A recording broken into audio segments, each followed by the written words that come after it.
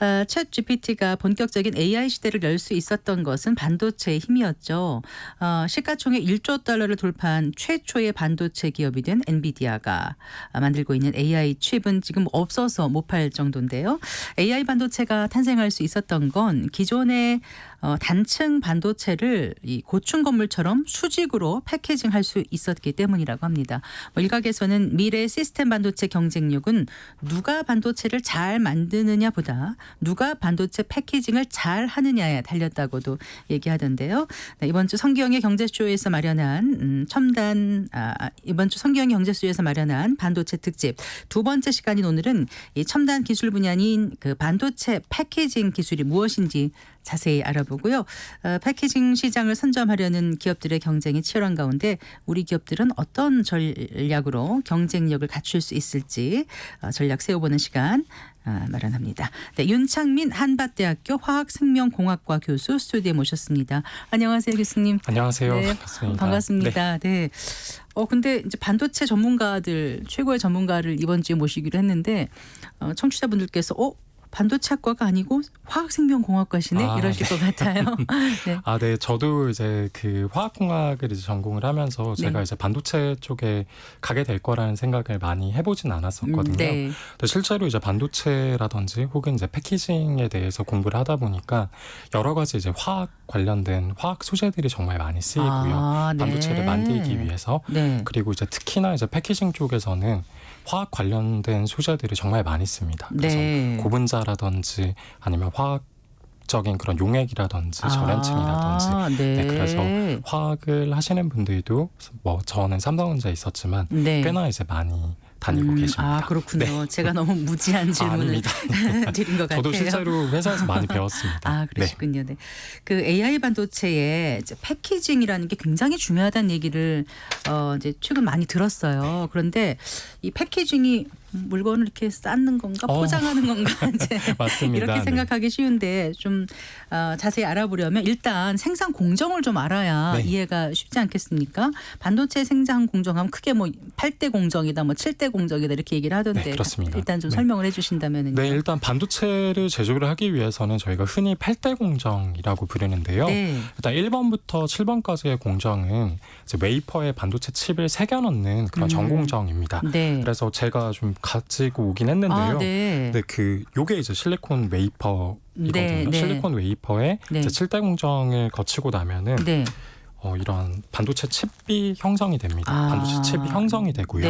그다음에 이제 8번째 공정인 이제 패키징에서는 이런 기판 같은 곳에 저런 칩들을 이제 연결을 하고 그리고 나면은 이제 저희가 흔히 알고 있는 이런 그래픽 뭐 카드라든지 아니면은 어떤 디램 모듈에 붙어 있는 검은색의 마지막 걸 저희가 이걸 보는 것 같아요. 반도체 패키지가 이제 실생활에 사용되고 있는 형태로 이제 만들어집니다. 그래서 이제 1번부터 7번까지가 이제 웨이퍼 제조, 산화 공정, 포토 공정, 식각 증착 이온 주입, 금속 배선, 뭐 테스트 공정 등이고요.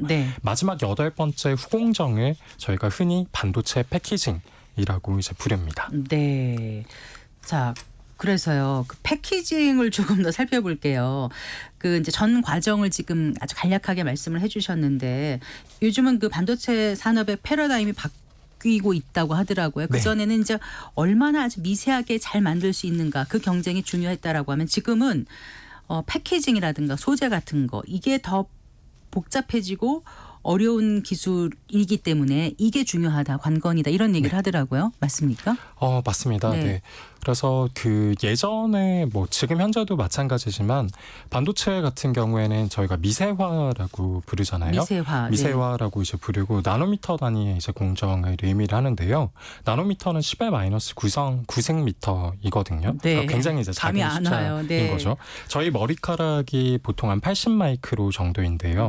이거를 이제 나노로 표기를 하면 8만 나노미터거든요. 그런데 뭐 삼성전자나 TSMC가 지금 2나노미터, 3나노미터 공정을 이제 하고 있다라고 하면은 저희 머리카락보다 수만 배 작은 그런 수만 크기에서 분의 1. 네, 수만 네, 분의 굵기. 1 네, 굵기로 이제 저희가 만져지지도 공정을 않는 네, 것 정말 같은 느낌이요. 느껴지지도 않는 네. 그런 정도의 사이즈로 이제 공정을 진행을 하고 있다라고 네. 이제 보시면 될 것 같고요. 네. 반도체 칩들이 이제 웨이퍼당 뭐 적게는 수십 개에서 이제 많게는 수백 개가 들어가 있거든요. 네. 근데 그 하나의 칩 안에 네. 트랜지스터라고 부르는 소자들이 아까 그 칩 안에. 네, 네. 칩 안에 이제 네. 트랜지스터라고 부르는 소자들이 네. 이제 적게는 뭐 수천만 개, 많게는 수억 개가 들어가 있어요. 네. 그런데 여기서 이제 나노미터 이제 선폭이라고 하면은 그 트랜지스터를 만들기 위해서 배선이 깔려 있는데 회로가 깔려 있는데 네. 거기에 폭이 몇 나노미터이냐 얼마나 작으냐. 네, 뜻하는 네. 거라고 이제 보시면 되거든요. 그러니까 선폭이 작아야 더 많은 트랜지스터를 새겨 넣을 수 있으니까. 그렇습니다. 네. 네, 그래서 이제 결국에는 이거를 저희가 무할 법칙이라고 얘기할 수도 있는데요. 네. 일정 시간이 지나면은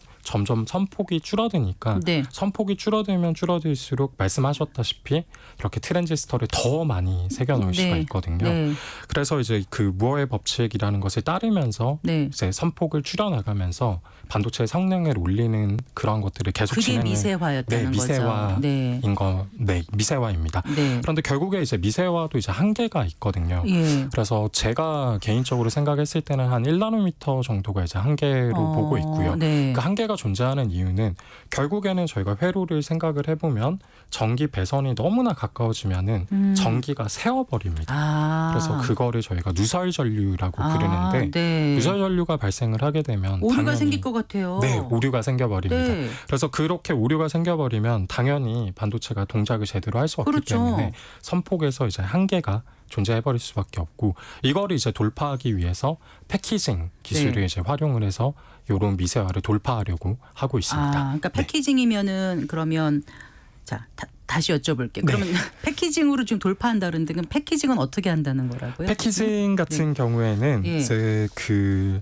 패키징 같은 경우에는 완성된 네. 반도체 칩을 저희가 실생활에 사용을 하기 위해서는 네. 전기를 또 연결을 해줘야 되고요. 네, 네. 전기를 연결을 하기 위해서 이러한 이제 기판이라는 것을 쓰거든요. 네, 네. 그럼 반도체 칩을 하나하나 자른 다음에 네. 이 기판에다가 이제 붙여줍니다. 네, 네. 기판에다 붙여주고요.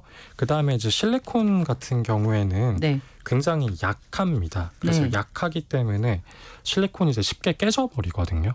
그래서 이 실리콘을 보호를 하기 위해서 검은색의 이제 고분자 소재인 네. 에폭시 몰딩 컴파운드라는 것을 위에다 발라주게 네, 되면은 네. 이 반도체 패키지가 이제 완성이 되고요. 네. 이걸 통해서 이제 칩의 정기적 연결 네. 그리고 데이터를 인출을 또 할 수가 있고 그리고 칩이 깨지는 것을 동시에 막는 이제 거죠. 방지를 네. 해주는 게 패키징이라고 보시면 될 것 같습니다.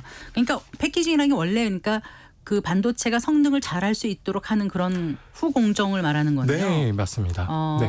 그런데 지금 우리가 정말 중점적으로 봐야 되는 거는 단순한 그런 패키징 기술이 아니라 이종 집접이라든가 뭐 그런 맞습니다. 거라던데요. 네. 그 예전에 이제 패키징 같은 경우에는 네. 제가 좀 자동차로 한번 비유를 해볼 수가 있을 것 같은데요. 네네. 이제 핵심 부품인 엔진을 예를 들어서 전공정에서 만들었어요. 네. 그럼 그 엔진이라는 것은 결국에 이제 마력을 내지 않습니까? 네, 네. 그러면 이제 후공정, 즉 패키징에서는 그 엔진을 가져다가 엔진을 바퀴에 이제 구동력을 내기 위해서 뭐 샤프트를 놓고 뭐 미션을 설치를 하고 그다음 네. 바퀴를 달아줌으로써 네, 네. 그 엔진이 낼 수 있는 최대 마력을 그대로 보존해서 네. 소비자들이 잘 활용할 수 있게 해주는 게 예전에 패키징의 개념이었습니다. 네. 그런데 이제 이종 집접으로 넘어오게 되면은 네. 이종 집접 즉 헤테로지니어스 인테그레이션이라는 거는 네. 다른 종류의 반도체 칩들을 한꺼번에 패키징을 통해서 이제 연결을 해주는 거거든요. 네.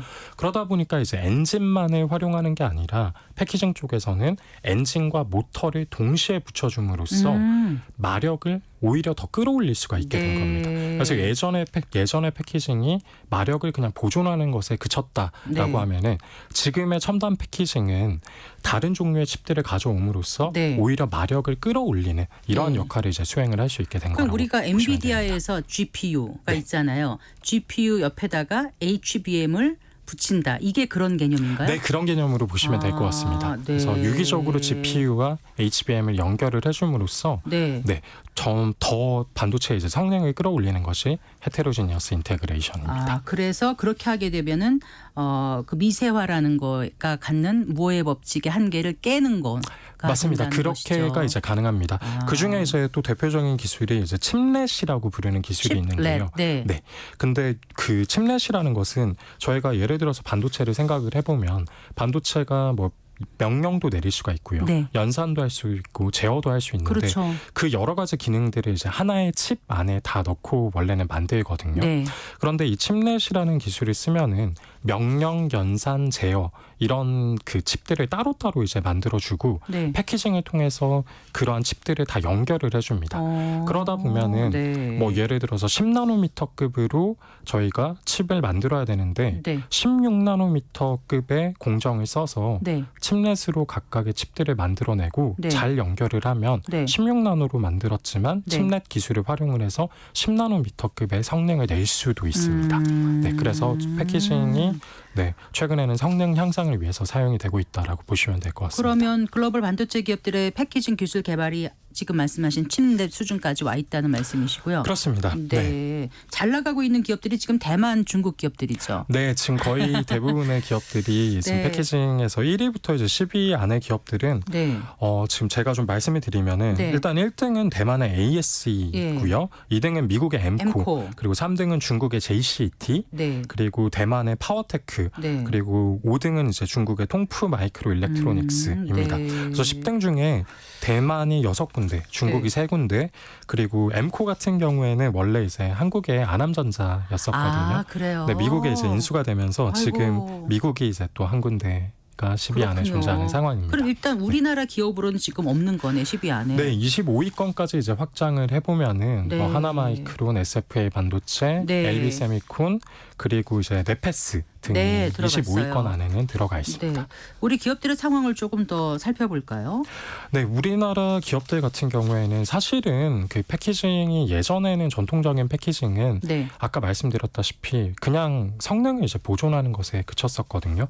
그러다 보니까 우리나라가 메모리 반도체 강국이지 않습니까? 그렇죠. 네. 근데 메모리 반도체보다는 사실은 비메모리 반도체 쪽이 시장이 더 크고 조금 더 복잡합니다. 네. 그런데 우리나라 패키징 기업들은 그런 삼성이라든지 하이닉스에서 이제 만드는 메모리 반도체를 외주를 받아서 네. 조립을 하는 것에 의해서 이제 성장을 주로 했었습니다. 네. 네. 그러다 보니까 이제 단순한 이제 메모리 반도체 패키징을 통해서 이제 성장을 하게 되었고요. 네. 그러다 보니까 이제 첨단 패키징, 지금 현재 말하는 뭐 웨이퍼 레벨 패키징이라든가 칩렛 기술이라든가 네. 아니면은 뭐 HBM을 만드는 기술이라든가 네. 이런 첨단 패키징 쪽은 좀 개발이 그 패키징 기업들이 좀 늦었습니다. 상대적으로 네. 덜했던 거예요. 네, 그리고 실제 이런 첨단 패키징은 삼성이나 SK 하이닉스에서 직접적으로 본인들이 이제 패키징 사업부를 통해서 수행을 하고 있는 상황입니다. 네. 그러다 보니까 그런 패키징 혹은 오사트라고 부르기도 하는데요. 네. 국내 오사트 기업들의 좀 기술력들이 첨단 패키징 쪽에서는 조금 걱정이 되는 부분들이 많이 있습니다. 그래요. 그런데 지금 말씀 들어보니까 이게 이제 후공정 기술이잖아요. 패키징이. 이 차세대 후공정 기술을 선점하는 게 앞으로 AI 반도체 시대에 정말 그 패권을 가질 수 있는 그런 가늠자가 되지 않겠습니까? 맞습니다. 네. 그래서 아까도 조금 전에도 이제 말씀드렸다시피 결국에는 패키징을 통해서 그런 뭐 AI 반도체라고 하면 GPU 그리고 이제 HBM을 연결해야 되는데 HBM 자체가 결국에는 GPU가 어떤 뭐 계산을 하거나 뭐 이렇게 했을 때 HBM을 통해서 그것들을 밖으로 이제 내어놓을 수가 있거든요. 실제로 챗 GPT를 이제 활용을 해보시면 이제 렉 같은 게 이제 걸립니다. 사용자가 많이 접속을 하거나 아니면 저희가 헤비한 명령을 이제 내렸을 때 아니면 물어봤을 때 시간이 그런 GPT가 바로바로 답을 내놓지 못하게 되는데요. 그런 이제 바로바로 답을 내놓지 못하는 이유가 메모리 용량의 한계 때문입니다. 그래서 HBM을 많이 달아줘야지만 그런 렉 같은 현상들을 이제 줄일 수가 있습니다. 그래서 HBM을 잘 만들고 HBM의 용량을 늘리고 그리고 또 HBM 안에 어떤 배선들을 늘림으로써 그런 계산의 속도들을 이제 더 빠르게 만들어야지만 그런 렉들을 이제 없앨 수가 있고 AI 반도체는 결론적으로는 이제 다중에 접속을 하게 되고 여러 가지 상황들을 병렬로 이제 계산을 하게 되고 그렇기 때문에 HBM이라든지 첨단 패키징 기술력이 AI 반도체에서 굉장히 중요하다고 볼 수 있겠습니다. 근데 중국의 그 화웨이 같은 경우는 지금 인공지능 그 AI 반도체에 쓰이는 그 HBM 고대역폭 메모리요. 하고 일단 고사양 패키징 기술 개발에 속도를 내서 지금 거의 뭐 자급 체제 네. 구축에 속도를 내고 있다고 하더라고요. 네네네. 네, 중국은 굉장히 열심히 하고 있는 것 네. 같아요. 일단 화웨이 같은 경우에는 사실은 뭐 삼성전자를 좀 약간 굉장히 롤모델 뭐라고 해야 될까요? 약간 뭐 표방하고 있는 네. 그런 종합 반도체 기업이라고 이제 볼 수가 있는데요. 네. 화웨이에서 이제 말씀하신 대로 정말 많은 이제 반도체에 대한 그런 노력들을 하고 있습니다. 그래서 뭐 작년에 2023년에 화웨이에서 뭐 스마트폰도 이제 내놓고 있지만 네. 거기에 들어가 있는 AP 칩이 네. 이제 어떤 기린 9000S라는 칩이 있었습니다. 그래서 기린 9000S라는 칩이 있었는데요. 지금 중국 같은 경우에는 미국이 주도를 해서 대중 제재를 반도체에 대해서 이제 내리고 있습니다. 맞아요. 그래서 나노미터급을 뭐 만들 수 있는 그런 설비라든지 소재 이런 것들을 중국에 수출을 못하게 하고 네, 있거든요. 네. 근데 작년에 이제 나왔었던 기린 9000S라는 칩을 딱 열어봤더니 네. 7나노급으로 이제 칩이 만들어져 있었고요. 네. 이런 7나노급 칩을 만들기 위해서는 네덜란드 ASML의 EUV라고 하는 설비가 필수적이거든요. 극자외선. 네, 극자외선 설비인데요. 네. 근데 극자외선 설비가 수출이 되지도 않았는데 네. 그런 칩을 이제 만들어내서 이게 어떻게 만들어진 거지 하고 네. 난리가 났었습니다. 네. 그래서 살펴보니까 EUV가 아니라 네. 심자외선이라고 불리는 그 전 세대 DUV 설비를 써가지고 네. DUV 설비를 뭐 34번을 공정을 진행을 해서 EUV면 9번만 진행을 하면 되는데 네. 34번의 공정을 진행함으로써 네. 7나노급 칩을 이제 만들었고요. 네. 이러한 방식을 저희가 멀티 패터닝이라고 부르거든요. 네. 그래서 이렇게 이제 우회할 수 있는 전략들을 많이 가지고 가고 있는데요. 네. 근데 그 멀티 패터닝을 하게 되면 수율이 굉장히 낮습니다. 양품이 좀 떨어진다는 뭐 한 거죠? 20% 정도밖에 수율이 나오지 않고요. 네. 일반적으로 저희가 반도체 수율은 보통은 90% 이상 정도로 네. 보거든요. 네. 그리고 고난이도여도 한 60% 이상이 나와야 됩니다. 네. 그런데 20%, 10%의 수율로 그걸 만들고 있는데 중국 정부의 어떤 지원금이 없으면은 사실은 네. 그게 이루어질 수가 없거든요. 네. 근데 이런 멀티 패터닝을 제외하고도 패키징 기술, 뭐 칩넷이라든지 아니면 시스템인 패키지라고 이종 집접을 하는 다른 기술들을 활용을 해서 네. 그러한 이제 대중 제재들을 이제 우회하는 전략들을 많이 활용을 하고 있습니다. 네. 삼성전자 같은 경우는 이제 패키징하고 HBM을 네. 같이 함께 공급하는 네. 턴키 전략을 지금 노리고 있는 것 같더라고요. 이거 좀 설명을 해주실까요? 네, 일단 턴키라고 하면은 산업에서 이제 많이 사용이 되고 있는 단어인데요. 네. 말 그대로 턴키, 그냥 고객이 받았을 때 그냥 키만 꽂아서 돌리면 된다. 다 된다. 네, 다 된다. 이런 이제 서비스를 말하는 겁니다. 네. 근데 반도체도 이제 산업을 구분을 좀 반도체를 살펴보면은 반도체를 설계를 하고 패브리케이션. 그리고 네. 파운드리를 통해서 이제 그런 제조를 하고요. 네. 그리고 패키징을 통해서 실제 고객이 사용할 수 있게끔 네. 그런 반도체 칩을 이제 포장을 해주고요. 네. 그다음 첨단 패키징을 통해서 이러한 칩들을 또 서로 연결을 해주는 이런 것들을 이제 다 네. 한꺼번에 포함해서를 저희가 이제 턴키 전략이라고 그걸 다 부르는데요. 하는 거. 네. 다 할 수 있는 회사가 유일하게 삼성전자죠. 삼성전자밖에 없습니다. 전 그쵸? 세계에서. 네, 전 왜냐하면 세계에서. 삼성전자는 비메모리, 메모리를 다 하고 있고 네. HBM도 만들 수 있기 때문에 네, HBM은 SK 하이닉스에 비해서 좀 뒤처졌긴 했지만 네, 살짝- 이런 턴키 전략이 있기 때문에 네. 또 상당히 긍정적인 부분이 있는 것 같아요. 네, 맞습니다. 네. 그래서 삼성전자 같은 경우에는 사실 고객사 입장에서는 예를 들어서 설계를 뭐 다른 데서 이제 해온 다음에 네. 뭐 TSMC에다가 어떤 AP를 만들어 달라고 하고 네. 근데 또 이런 HBM은 또 SK 하이닉스에서 사오고 네. 그다음 그것들을 다시 받아다가 또 TSMC에서 네. 또 다시 한번 또 걔네들을 연결을 해줘라고 네. 이제 주문을 하면은 네. 굉장히 번거롭고 시간도 걸리고 네. 그리고 공정에서 뭐 최적화나 이런 호환성이라든지 이런 거에 문제가 생길 수 있는데 네. 삼성은 거기에서 부탁을 한번 딱 하면은 네. 우리가 처음부터 끝까지 AP부터 해서 HBM까지 다 만들어 드릴게요. 이런 이제 서비스의 관점으로 접근을 하고 있다고 보시면 될 것 같습니다. 자, 아까 HBM에 대해서 보여주셨나요? 아까 HBM은 오늘은 가져오지는 못했고요. 근데 그런 네. 하나를 칩을 다 이렇게 네, 쌓아 네. 올리면 된다고. 네, 맞습니다. 네, 이런 뭐 기판이라고 하는 거 네, 위에 이런 네. 칩들을 이제 계속 다단으로 쌓아 네. 올리는 거라고 이제 보시면 되는데요. 네. HBM 같은 경우에는 사실은 이제 조금 기판이 다릅니다. HBM은 웨이퍼 위에다가 네. 칩들을 이제 쌓아 올려서 네. 만들거든요. 네. 그래서 일반적인 이런 PCB라고 부르는 네. 기판을 쓰는 것보다 난이도가 이제 훨씬 더 높은 공정이라고 그 보시면 면적을 될 것 좀 같습니다. 작게 차지하겠네요. 면적을 이제 그 HBM 다단으로 쌓아 네, 올리니까요. 네, 아무래도 이제 면적도 다단으로 쌓아 올리면은 훨씬 더 이제 작게 만들 수 있다는 그런 장점을 네. 가지고 있습니다. 제가 궁금해서 좀 네. 여쭤봤고요. 현재 그 패키징 기술 개발에 있어서 가장 어려움이 뭐예요? 현장에서 사실 보시고 또 학교에서 또 네. 가르치시면서 느끼시는 게 많을 것 같아서 일단 이제 좋습니다. 어려움이 굉장히 사실 국내에는 좀 많은데요. 사실 패키징만 놓고 보면은 그 우리나라 기업들의 점유율이 세계 6%밖에 되지 않습니다. 네. 그래서 저희가 실제로는 대한민국이 뭐 반도체 강국이라고 하는데 네. 어떻게 보면 메모리에 이제 국한이 되어 있고요. 네. 메모리의 점유율은 이제 90%를 차지하고 있지만 비메모리는 사실 뭐 한 10% 내외거든요. 네. TSMC가 이제 압도적으로 1등을 차지하고 있고요. 네. 그래서 이제 제가 처음에 이제 패키징 쪽 제가 삼성전자 TSP 총괄 이제 AVP 사업부 패키징 사업부에 있었는데요. 네.